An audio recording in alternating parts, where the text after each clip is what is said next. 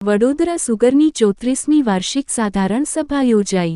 કરજણ તાલુકાના ગંધારા ગામે આવેલી વડોદરા સુગરની 34મી વાર્ષિક સાધારણ સભાનું આયોજન કરવામાં આવ્યું હતું।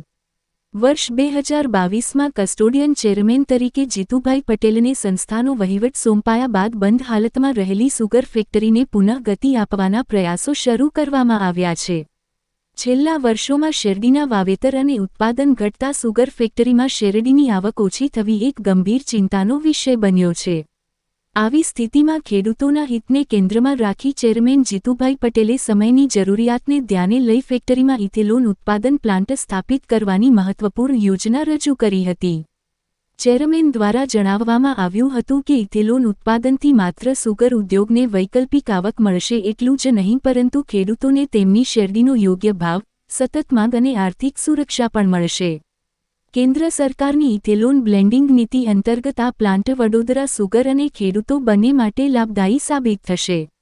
સભા દરમિયાન ચાલુ વર્ષે શેરડીના વાવેતરમાં કટિંગ મુદ્દે અંદાજે 2 મિનિટ સુધી ગરમાગરમી સર્જાઈ હતી, જો કે સમજૂતી બાદ મામલો શાંત થયો। ત્યારબાદ ઇથેનોલ પ્લાન્ટ અંગે મંજૂરી માટે પ્રસ્તાવ મૂકવામાં આવતા હાજર ખેડૂત સભાસદોએ સર્વસંમતિથી મંજૂરી આપી હતી। સભાના અંતે ચેરમેન જીતુભાઈ પટેલે જણાવ્યું હતું કે આવનારા સમયમાં વડોદરા સુગરને આધુનિક ટેકનોલોજી સાથે આગળ વધારવી અને ખેડૂતના હિતોને સર્વોચ્ચ પ્રાથમિકતા આપવી એ સંસ્થાનો મુખ્ય ઉદ્દેશ રહેશે। આજરોજ Vadodara sugar cooperative growers union લિમિટેડની 34મી વાર્ષિક સાધારણ સભા મળી। એમાં બહોળી સંખ્યામાં અમારા શેરડી પકવતા ખેડૂત મિત્રો હાજર હતા, સભાસદો હાજર હતા અને આ સુગર ફેક્ટરી આવનારા સમયમાં અત્યારે જે ભારત અને વિશ્વની જે ડિમાન્ડ છે બાયોફ્યુઅલ, તો એ તરફ ઇથેનોલ પ્રોજેક્ટમાં આગળ વધે એટલા માટે વિસ્તૃત સમજ આપવામાં આવી। એ લોકોના પ્રશ્નોનું જે પણ જેટલા પણ પ્રશ્નો મૂંઝવણો હતી એના જવાબ આપવામાં આવ્યા। એના માટેનું એક ક્લેરિફિકેશન પણ થયું અને અંતે સર્વાનુમતે નક્કી કર્યું કે Vadodara sugar cooperative growers union limited આવનારા વર્ષોમાં ઇથેનોલ પ્રોજેક્ટ માટે આગળ વધે અને અમે આમાં લોક ભાગીદારીમાં જેવી રીતે ગુજરાત સરકાર અને આપણા સહકાર વિભાગે આગળ પડીને વલસાડ, કોડીનાર અને તલાલા સુગર ફેક્ટરીને જે રીતે IPLને આપી છે એ જ બેઝ ઉપર આપણે પણ કોઈક એવા સારા રોકાણકાર અને આ વિષયના તજજ્ઞ આવે અને આપણી આ સુગર ફેક્ટરીમાં ઇથેનોલના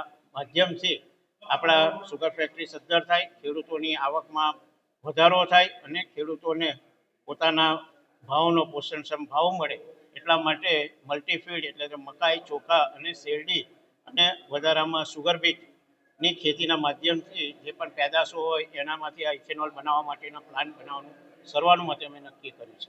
સર, પૂર્વ પ્રમુખ સુધાકરભાઈ દયાભાઈ પણ આજે હાજર હતા, એમને કંઈ વાંધો કંઈ રજૂ કર્યો તો શું એમને જેટલો પણ વાંધો રજૂ કર્યો એમને આ ક્લેરિફિકેશન જોઈતા હતા, અમે બધા ક્લેરિફિકેશન એમને આપ્યા અને છતાં બી હજુ પણ એમને જેને કોઈ પણ સભાસદને આમાં કંઈ પણ વધારે ક્લેરિફિકેશનની જરૂર હોય તો અમે આપવા તૈયાર છે। પણ સરકારમાં આપણે આગળ વધવાનું છે પરમિશન માટે અને આપણે પાછી આના માટેની સ્પેશિયલ એક AGM બોલાવીશું જ્યારે આપણે આમાં ફાઇનલ કરીએ અને સરકાર આપણને આગળ વધવા માટેની ફાઇનલ ઝંડી આપે ત્યાર પછી આપણે બધા ખેડૂતોને એ કરી ત્યાર પછી સર્વાનુમતે જ બધું આ કામ કરવું। એક તરફ વાંધો પણ દર્શાવે છે, એક તરફ સર્વાનુમતે મંજૂર પણ કહે છે, શું કહેશો? વાંધો એમની સમજ પહેલાંનો હતો, શરૂઆત એમનો વાંધો બધો આપણે સાંભળ્યો અને શાસન ત્યારે જ એ કહેવાય કે જે પણ આપણા સભાસદોની મૂંઝવણો પ્રશ્નો એને સમજીને એની સમસ્યાનું નિરાકરણ અને એનું ક્લેરિફિકેશન આપણે આપવાનો પ્રયત્ન કરીએ એ સારામાં સારું શાસન કહેવાય, એ મારી સમજ છે। એટલે મેં એ બધું એમને બોલવા દીધું, એમને જે પણ હતું અને છેલ્લે એમને બધાને હું માનું છું કે બધા સભાસદો જ્યારે હસી ખુશીથી ઊભા થઈને બધા એક સાથે સર્વાનુમતિ અને આપ સૌ મિત્રો એના સાક્ષી છો।